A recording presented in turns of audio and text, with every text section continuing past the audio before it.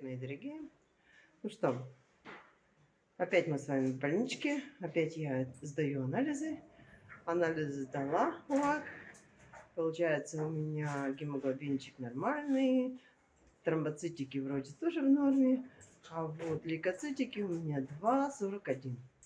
Поэтому пошла сегодня ставить дексаметазон. Поставила дексаметазон и думаю сходить в неотложку. Потому что я же до сих пор кашляю. Кашель у меня не прошел.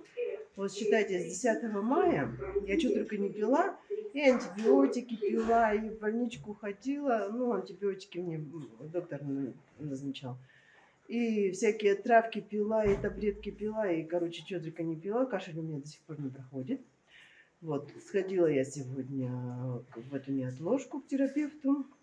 Отправил он меня сделать рентген. Вот, сейчас сделала рентген, жду, пока будет результат, решила с вами пообщаться.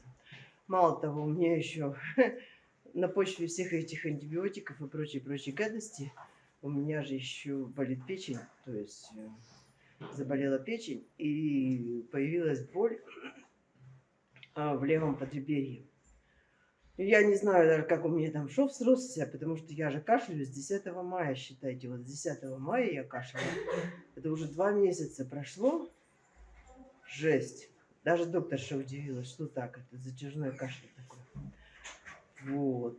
Такие новости на сегодняшний момент. Сейчас схожу, узнаю свои результаты, что мне там рентген покажет.